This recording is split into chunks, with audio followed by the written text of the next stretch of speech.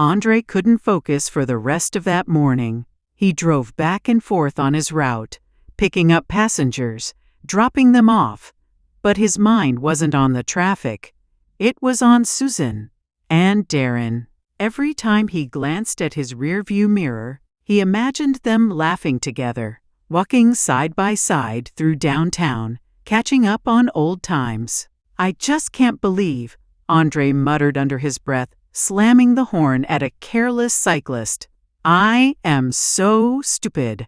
I should have spoken to her long time." That night, Andre parked his taxi and sat staring at the dashboard long after the engine cooled. His brothers were reasoning at his gate, talking about football and politics, but Andre barely heard them. One of them called out, "Driver Dre, what happened to you? You look like you lose the lotto." Andre forced a laugh, but inside, the words hurt. He had lost something he never had. The next morning, Andre told himself he wouldn't expect Susan to appear. Maybe she'd take another taxi.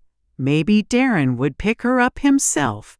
A lot of things were going through his mind. But when he pulled up at May Pen, there she was, Susan. Tote bag, earphones, same soft smile. Andre's heart jumped, but his relief quickly faded when Darren appeared again, right behind her. "Morning, driver," said Susan, handing him her fare up front.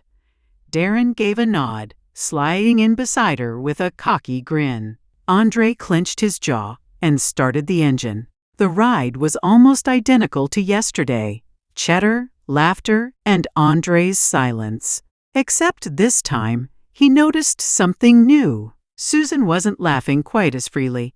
Darren leaned in, talking a little too close, his arm brushing hers too often. She gave polite smiles, but her eyes flickered to the window, avoiding his gaze. Andre's chest tightened again, but this time it wasn't jealousy, it was anger. Darren was trying too hard, crowding her space. Couldn't he see she wasn't comfortable? At Freetown, traffic stalled.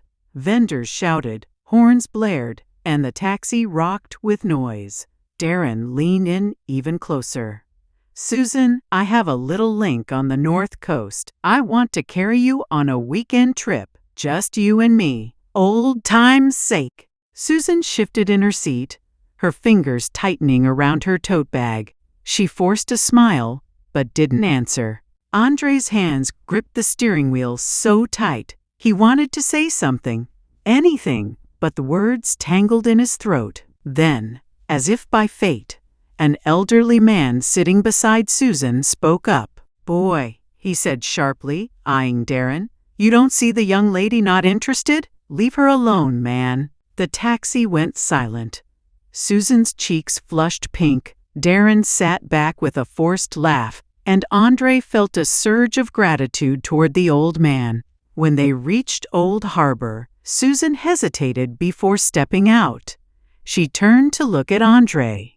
For the first time, she looked him directly in the eyes. "Thank you, driver," she said. But this time, her voice carried more weight, more meaning. Andre swallowed hard. He nodded, but before he could speak, Darren jumped in again. "Come, Susan, let me walk you to the office." They stepped out together, disappearing into the crowd once more. Andre sat frozen behind the wheel. Something had changed. He wasn't imagining it. Susan's glance, her hesitation. She had noticed him. That night, Andre replayed the moment over and over in his head. Her eyes. The pause in her voice. The way Darren's presence made her uncomfortable. By the next morning, Andre had made a decision. If destiny was giving him a chance, he wouldn't waste it again. He pulled up to the May Pen stand earlier than usual, parking right at the spot where he knew Susan would pass. When she appeared, Andre's heart raced. She wore a light blue blouse this time, her hair well curly. The taxi was empty, and Darren wasn't in sight, and for a split second, Andre thought he'd finally have her alone in his taxi. But just as she reached the door, a familiar voice called out, "Susan, wait up!" Darren jogged toward her, smiling wide. Andre's stomach dropped, but Susan did something unexpected. She glanced at Darren and snapped, her voice shaking with anger. "Will you just leave me alone? For Christ's sake!" Both Andre and Darren froze, stunned. They had never seen this side of her before. She turned around, eyes blazing, and screamed loud enough for everyone nearby to hear. "Stop stalk me, Darren.